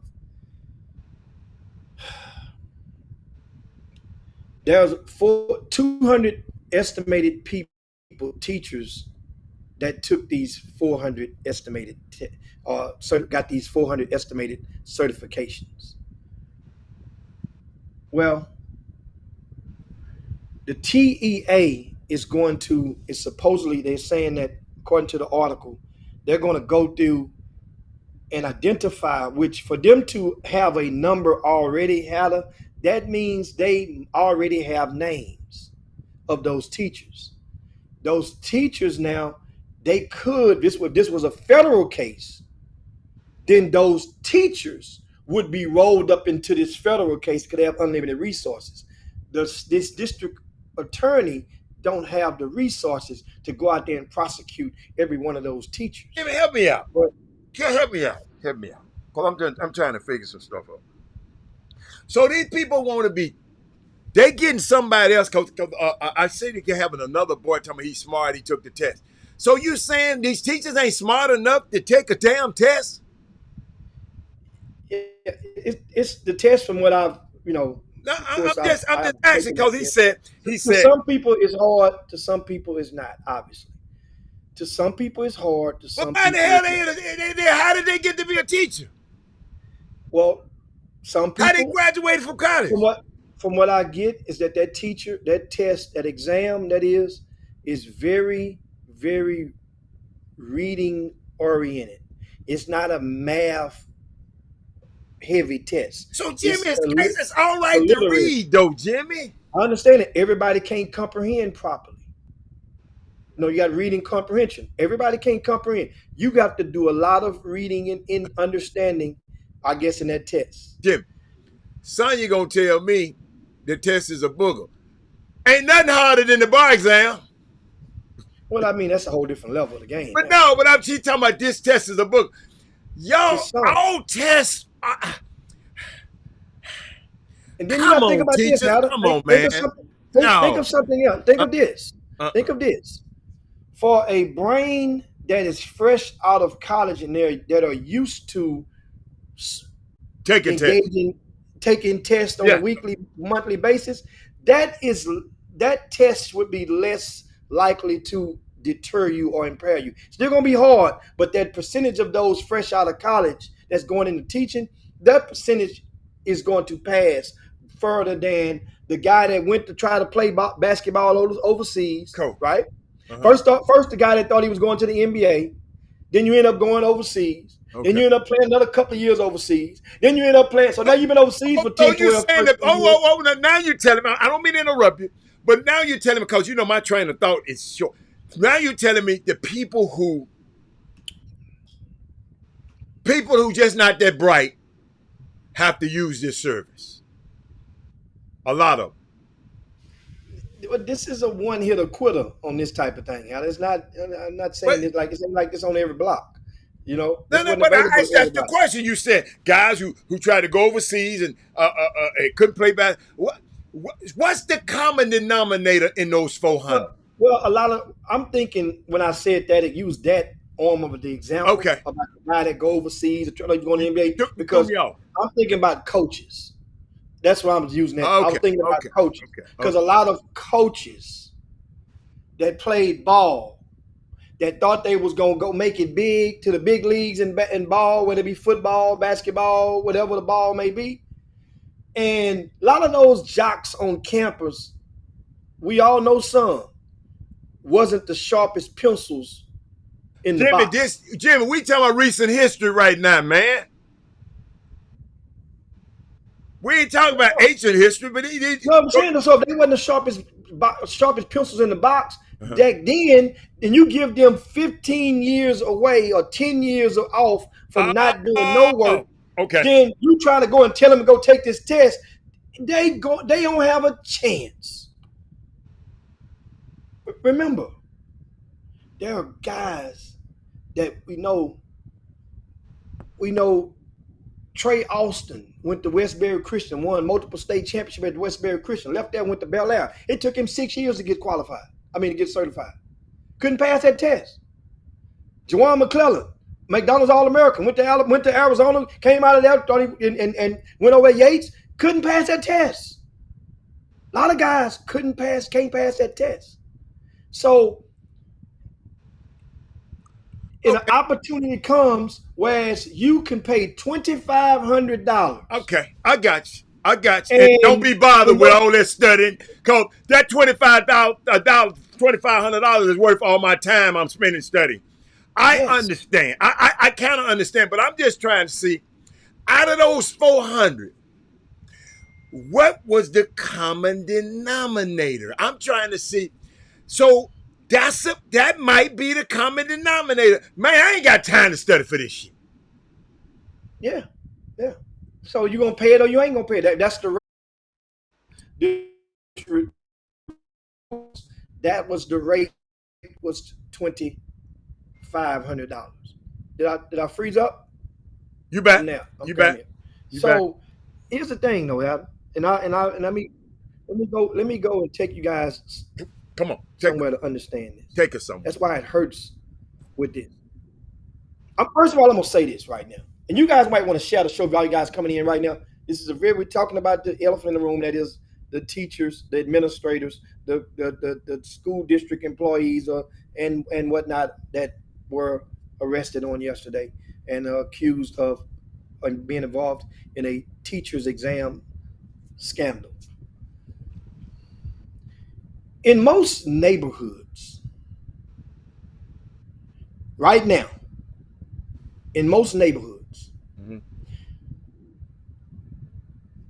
there's a person that you can go to that many people know, that if you need an inspection sticker on your car, you can go. They know where to tell you to go and get that inspection sticker. In many neighborhoods across the country, this ain't a Texas thing, this ain't a Houston thing. Across the country, you go in most hoods, they will tell you, they know where the bootlegger is. If you need some liquor after 9 p.m., they know everybody. They can point you in a direction. If you need As I said, you want to get an inspection sticker, they can point you in that direction. Everybody knows if you need a fire stick and you want to get some illegal cable, everybody in every hood knows that person. So we act shocked. No, we ain't shocked, Jimmy. When the inspection sticker man get popped, oh man, I told him, I don't know why he was doing spending, man. Why was he doing that? He was good people. It's the risk. Listen, you got choices and you have consequences. I got you. Everybody in life. I got you. That doesn't mean the person that get popped wasn't a good person. Good people make bad choices all day. Bad people sometimes get lucky and make good choices. We just happen to know this young man, and he was good people to a lot of people. Most. You probably know one of them 400. That ain't came out. It will, because they're going to peel back. You probably know one of the 400. Oh, absolutely. Absolutely. I definitely know one of them, without question. Jimmy, can I intersect something here? Because you know people texting me, messing with me. I ain't looking at my phone right now. I know what they meant. Somebody, hold on, no, just stole this out because I'm trying to see how the hell they got caught. You know, that's how I am, Jimmy. This seemed like I shouldn't say great. This seemed like a situation where they were already got graduate degrees. I mean, they graduated from college because I guess you. So they just don't feel like taking this test. So somebody, they just gave me a hypo. They said they confirmed it. They said person who told was angry because he paid for it and the person didn't pass the test. Say it again. The person who snitched got mad because the dude took the test for him and failed the damn test. And hey, y'all, I ain't trying to be laughing. Y'all ain't trying to laugh, but come on, dog. What my man said? Jimmy, hold up. I got something for him, Jimmy. Hold up. Jimmy, I got something for him.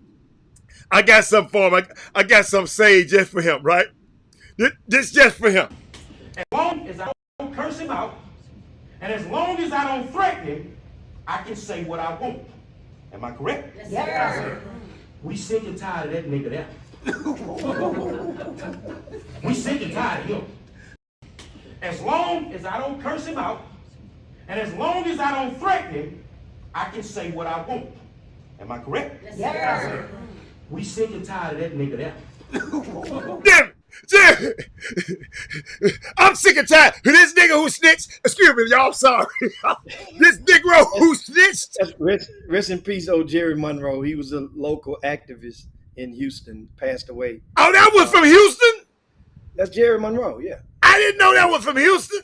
Yeah. Oh, okay, makes sense. He was a thorn in the side of many people in HISD. He was, Oh, yeah. I remember him. Yeah. He's a Jack Yates graduate, Jerry Monroe. Yes, yeah. He got mad when that principal got let go in the first time. The principal got. Yeah. I remember him. Okay, I remember that. Oh, now what you saying now? No. I was just, man. Jimmy, I was just saying, man. They talking about the man.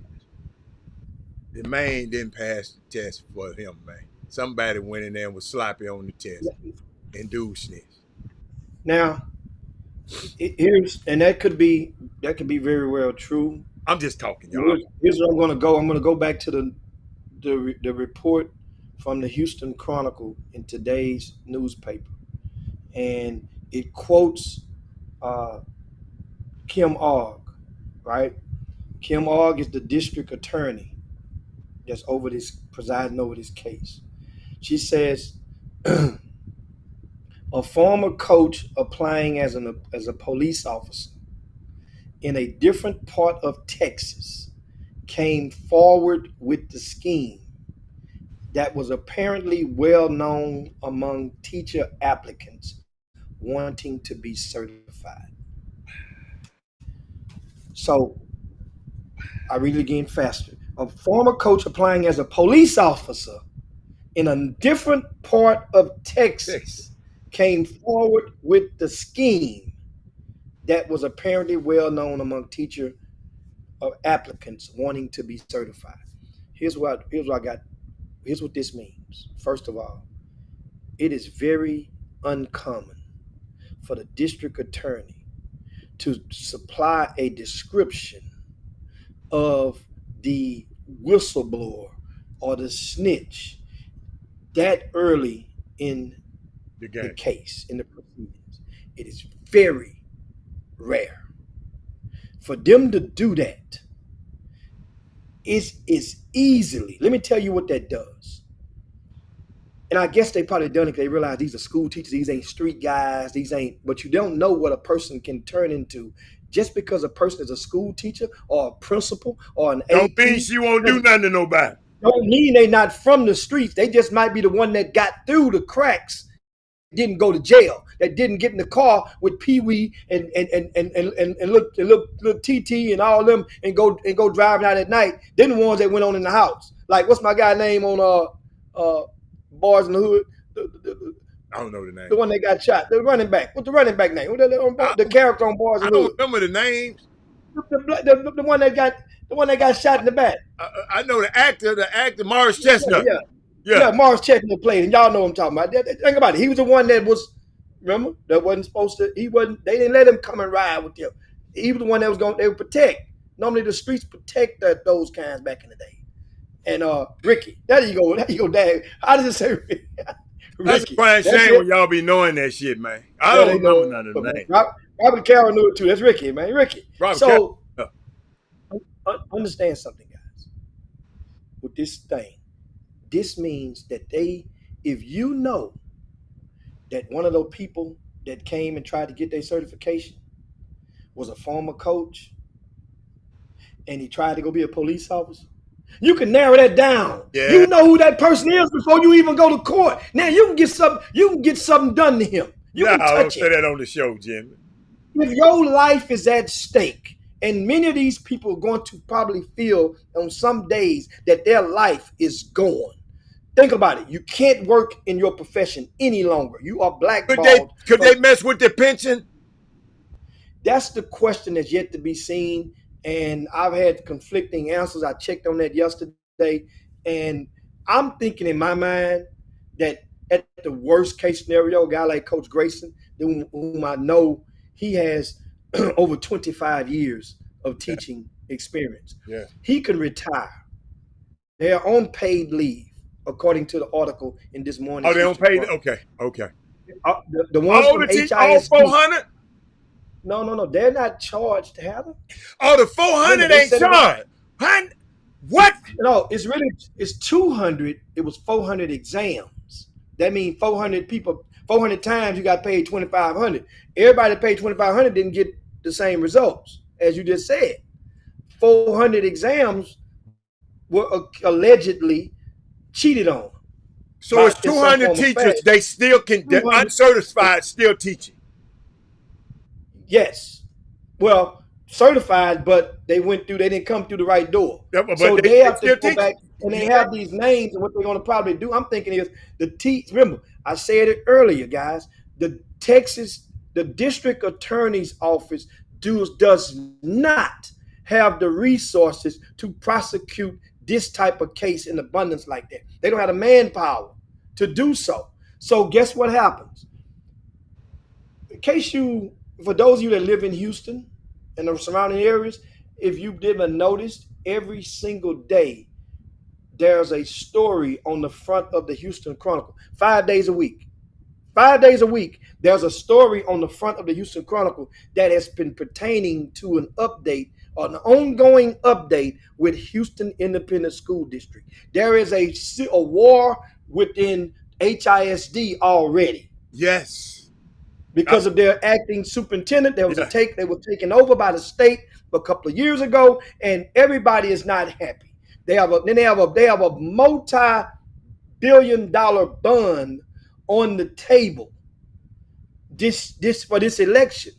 If you're going to vote in Houston, and you live in HISD territory, you're going to have to vote for two different bond proposals, A and B.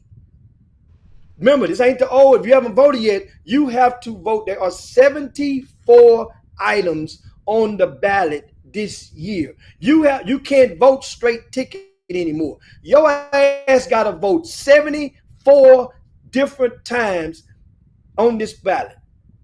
You got to vote 74 times, and those including the bonds. So my point is, they have a lot of things that is going on with Houston Independent School District. So Kim Ogg, she's coming into an election process, right? So Kim Ogg must have worked the deal. Y'all keep talking about Kim Ogg, though. Hold on. If they did wrong, don't she supposed to prosecute it? Well, no, I'm not talking about that. I'm coming from a different angle.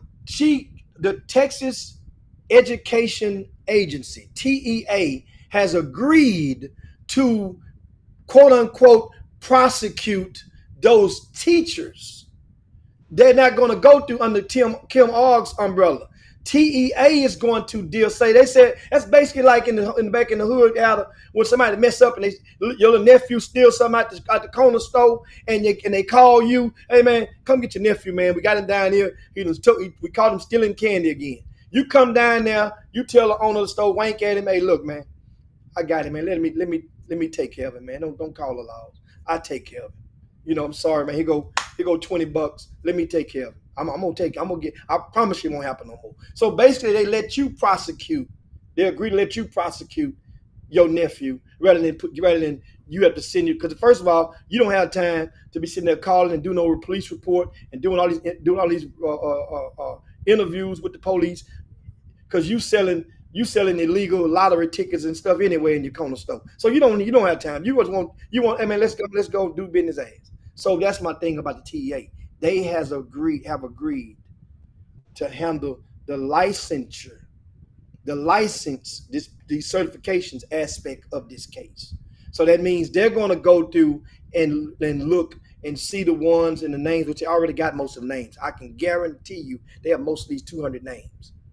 And they're going to call each one of them, and they're going to probably give them the option to take the test again. Right? You're going to take the test within this amount of time, or you're going to decertify you. This is what we're going to do, because it's too hard to replace 200 teachers. And it's not one district. HISD is getting a black eye on this, but these teachers are all over the state of Texas, guys. Understand this. Right? So, and thank you, Simeon. You can do a limited ballot once you get to a certain point if you choose. Yes, you can. And so I stand corrected on that part, on the voting process. Now, we're talking this thing here. This is what I want to. Another thing I want to put into your minds as we pause on this conversation.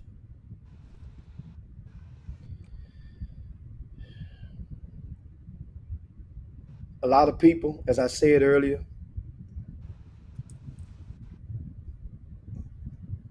a couple of years ago,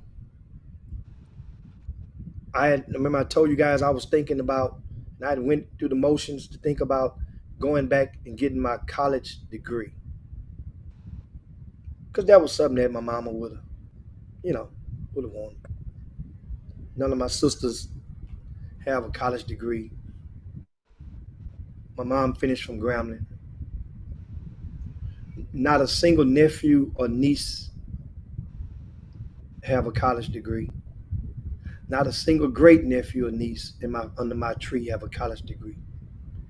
I'm the only male with the name Hicks that's left. So after me, that's like my whole tree up under me, every branch. There's no college degrees from my particular tree. Certain families out there, on cousins and stuff, everybody got college degrees. My family just ain't one of them.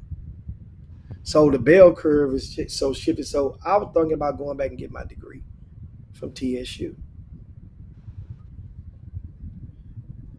I had 2 people that contacted me and said, we got somebody, if you want to get that degree, they'll take the classes for you. They'll write the reports for you. They do degrees for people. as I said earlier, there's a black market for damn near everything that you need if you need to get certified in the hood. And I know in my hood, I can't speak for other people's hood. In my hoods that I've come up through, and I know some of you guys know I ain't joking. No, if you in the right barbershop, if you got the right barbershop, you can see anything gonna come through that barbershop on any given Friday or Saturday or hell, even on a Wednesday. Anything come through there. And a lot of things that people sell when they come through there, it's not legal. But if that guy can get popping at some point in time, he can go and get popped. You're not going to think twice about feeling guilty because he's going to get popped. You're not going to go and say and help him get bailed out of jail. It's the cost of doing business. Right? Thanks, Sonia, for that. So my point is, and I'm trying to give you guys something to take away from this conversation. A couple of years ago, I can't remember the name of the case, but they call it something about the locker room or something. And it involved a bunch of kids being placed on college rosters for a fee. Varsity Blues. Varsity Blues. And these parents paid gentlemen a fee in order for favor for their kids to be placed on rosters, whether it be lacrosse, whether it be the rowing team, whether it be football, basketball. It was all different sports. Rowing, the federal government came in and charged a lot of individuals in this case. One of the individuals lived, ironically, in Houston. He was pretty popular. He was doing business as before, and a lot of people got nervous when his name came up because they were wondering the what if, the fear of the unknown presented itself into the imaginary state of many of those individuals. That's crazy. When this guy came back home, he had to go and sit down for a couple of months. It wasn't long, 8 months, something like that. But I had told him before he left, I say, let me tell you something. The stinging part of this hurts, knowing that you got to have your life interrupted. But I'm going to tell you something. Where they sending you, the place they sending you to do your 8 months at, you're going to meet so many million to billionaires with legal means of them generating their wealth. They just done some illegal stuff in the process. You're going to meet so many of them dudes who come back home. You're going to be set. I talked to him yesterday because everybody calling me like I'm the spokesman for the coach from Booker T. Washington High School. They calling me like I'm the sports information director or something. You know, like it's so called me, and I say, hey, he's gonna be all right. I mean, but this ain't Fed. He ain't got to worry about all that jibber jabber. I say, by the way, remember when I told you about that Fed? He say, boy, you wasn't lying. I say, I don't want it. That's all I got to hear. I say, I know I wasn't lying. So my point is with this. This guy came back home and he's revered. It's almost like he's the street guy that went and done some time, came back with a couple of teardrops up on his eyes, the tattoos up on his eye, and the basketball community, this past Final Four did a party that was the hottest party in all of the Final Four. Like ain't nothing left. The party even hotter than it was before. He's embraced now, but it's just a black market. He's like the fat cheerleader. Guys they won't call you at nighttime. They don't want to be seen with you at school. Y'all know some of you guys had a fat cheerleader when you was in school. But my point is, don't let your energy towards the Booker T. Washington head basketball coach who was entangled into this web be greater than your energy was towards that white guy who was entangled in the varsity blues. Somehow, some way, you catch ourselves laughing at our own, but you're frowning and you feel some kind of way when it happened to them. Not saying it, either way, but at the same time, like I said it earlier, charges and consequences. Don't do the crime, you can't do the time. That's the school I come from. Don't do the crime, you can't do the time. There was a TV show back in the old days in the 70s called Beretta. And that was a song, the theme song of that sitcom. Don't do the crime if you can't do the time. And that was everybody don't build a compound off of that type of teaching, Adam. But that's just what I feel. No. And like I say, I only know, man, I can only feel for coach because it's a week before the basketball season starts, guys. They have scrimmages this week. The season starts next Friday. In all likelihood,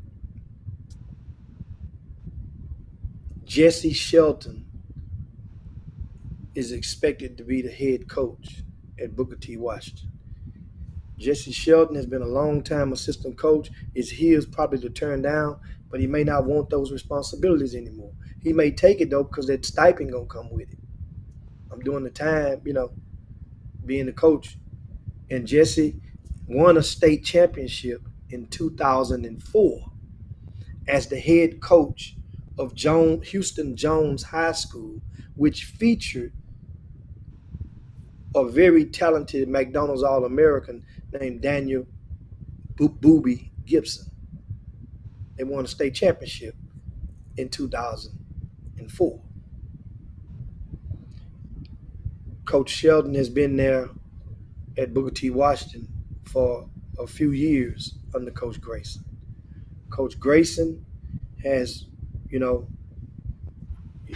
got to suck it up and fight it, beat it. He's scheduled to go to court. Of course, all of them they got bonds now, the three from the HISD. There was an assistant principal at Booker T. Washington and an assistant principal at Jack Yates High School, along with the assistant principal. Was they male or female? One is female from Yates. The assistant principal is female. The assistant principal from Booker T. Washington is a male. And the basketball coach from Booker T. Washington, male. And the two APs are currently, their bonds were set last night at $200,000 apiece.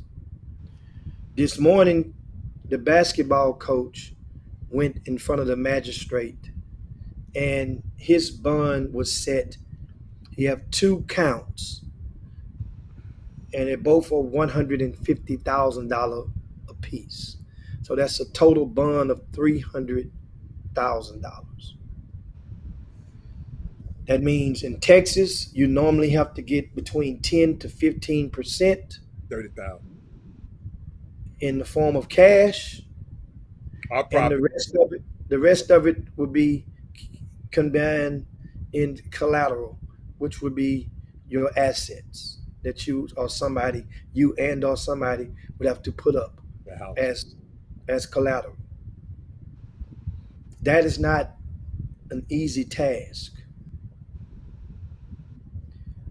All we can do is wish and I think they go back to court Hatter on Friday. Friday. So this is when they'll enter their pleas on. I know coach, the basketball coach, will go back on Friday, and he go there to enter his plea. Guilty, not guilty, no contest. Those are your options typically in our local courts.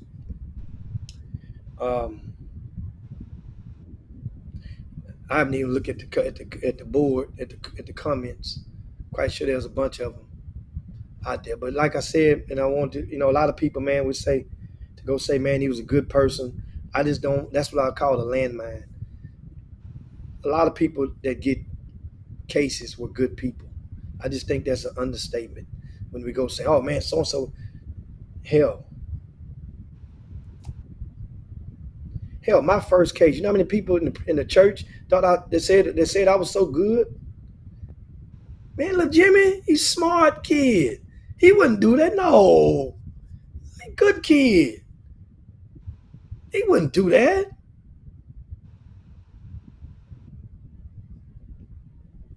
You see? So it happens, guys.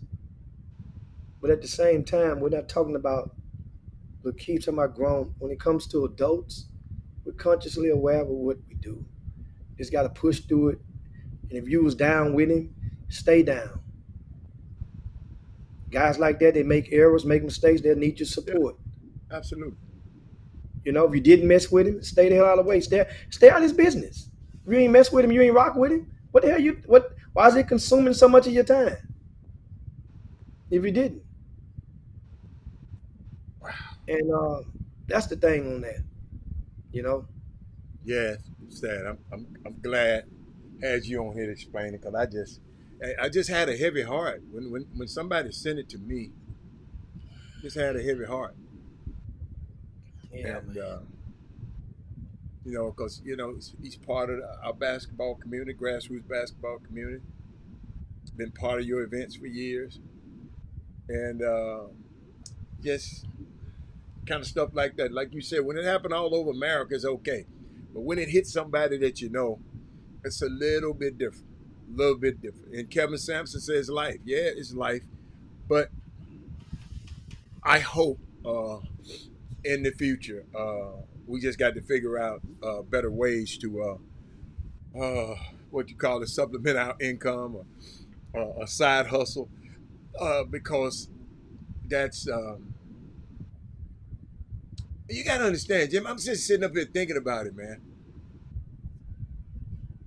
And somebody explained something. Thank you, Lonnie. Lonnie explained something. Robert, it might not have been 200 teachers. It might have been 200 tests, because sometimes they have to take a series of tests, a couple of tests. So it might have been 200 people and 400 tests. You're talking about the test that would take. Yeah, that's what exactly. That's the approximate. Yeah, 200, approximately 200 people and approximately 400 tests. Yeah, so I'm glad they cleared that up. But because I kept saying 400 teachers got. I know it's a teacher shortage, and they don't pay them enough, and it's unbelievable. It's wow. Yeah.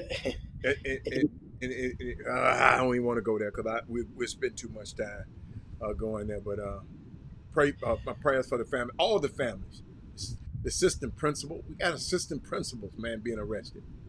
A lot of us know the college coach, but we got an assistant principal at 2 schools being arrested, and it just ain't. It's if Kevin Freidman can, Jim, if Kevin Freidman can pass the test.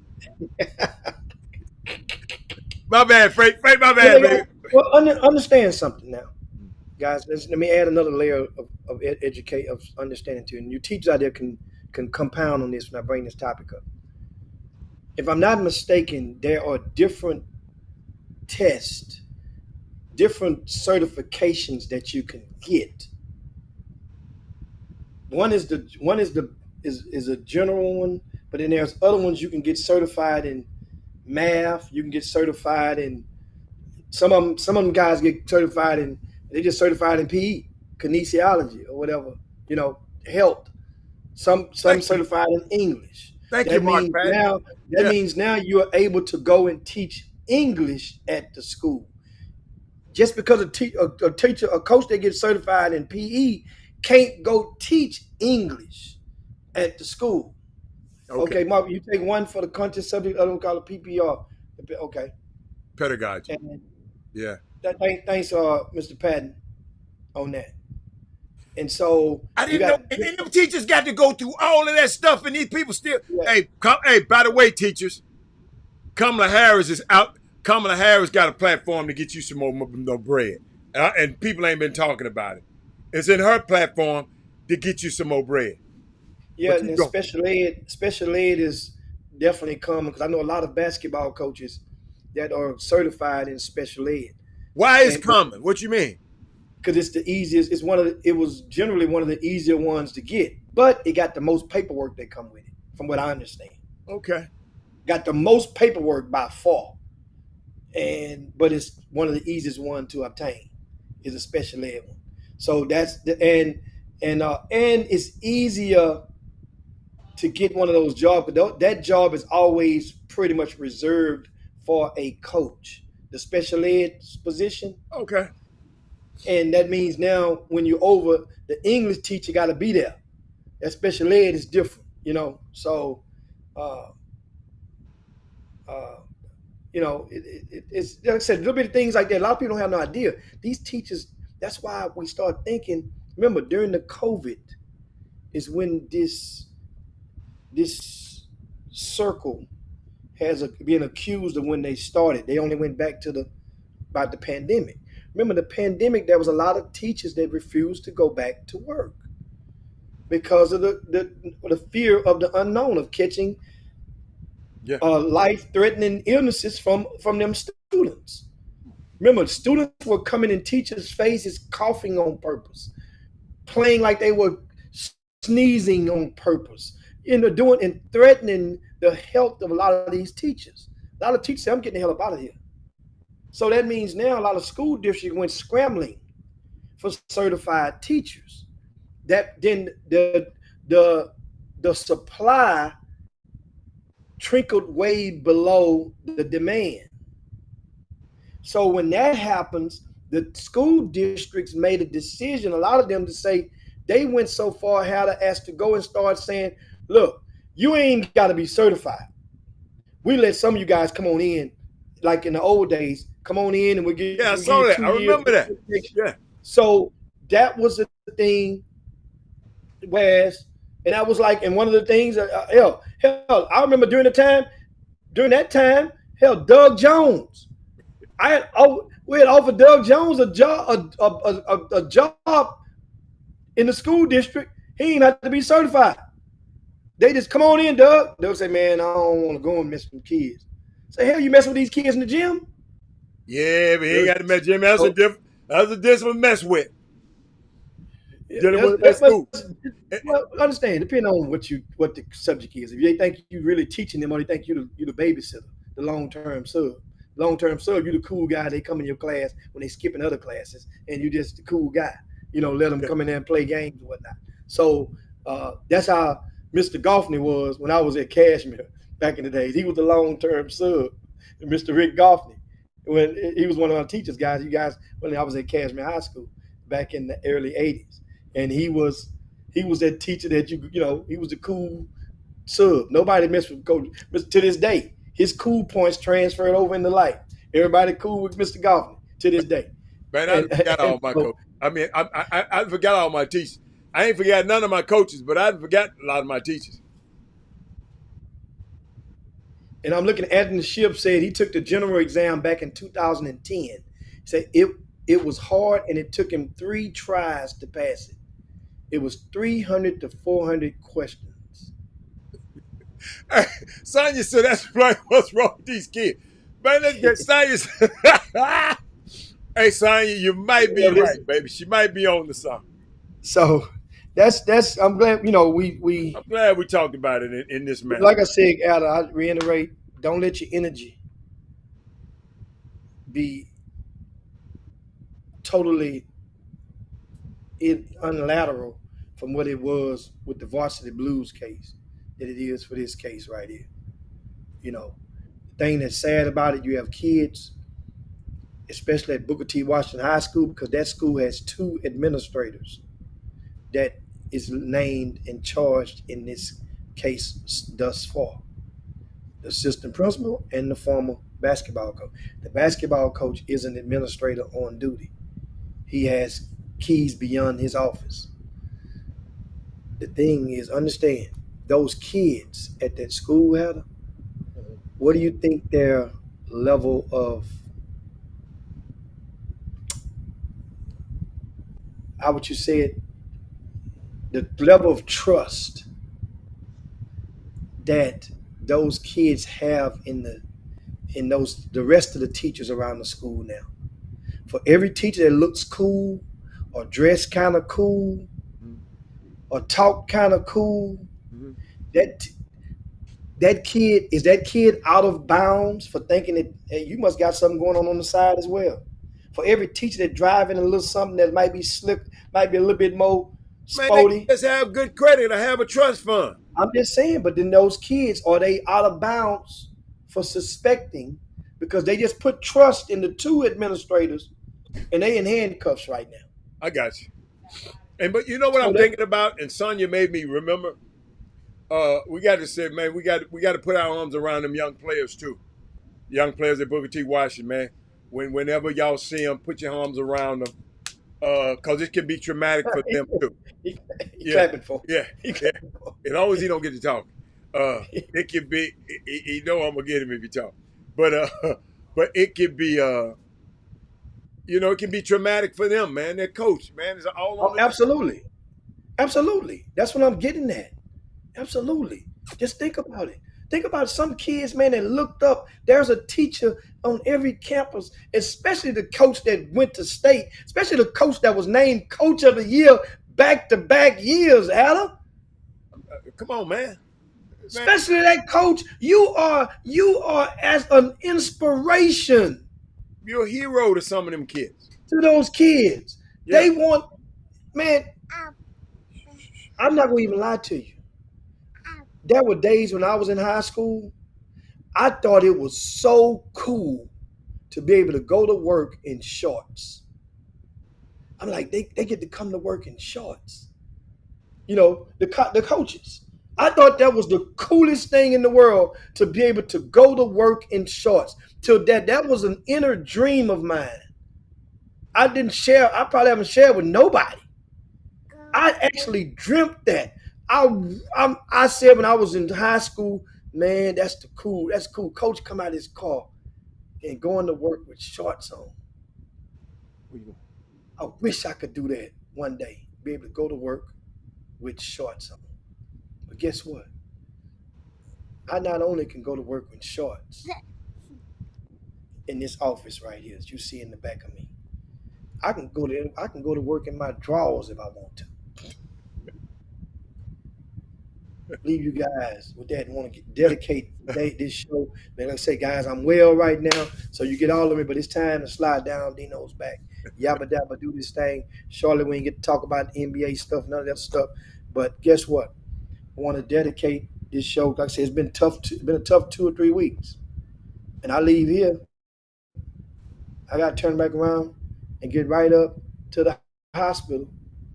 Sandra's right there talking to you guys on the screen in the Facebook feed.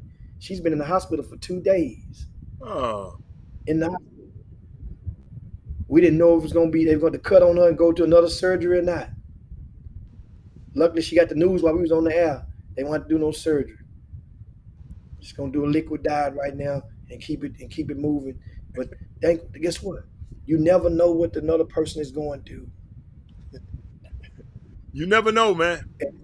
Hey, And the old saying, your blues ain't like mine. People get to telling you about, they get to complaining about this and complaining about that, and then you hit them with your complaints, then they'll hush up and say, and they're going other way. But want to leave you guys with that. That's for sure, man. So Sandra's out there. We love you. She's a G, boy. in that hospital room. Got me in that thing sitting like a pretzel in them doggone reclining chairs, half reclined. I'm sitting that thing all night. I'm sitting there, people coming there. Feel like I'm in the hospital. I may come in there in the room every 4-5 minutes.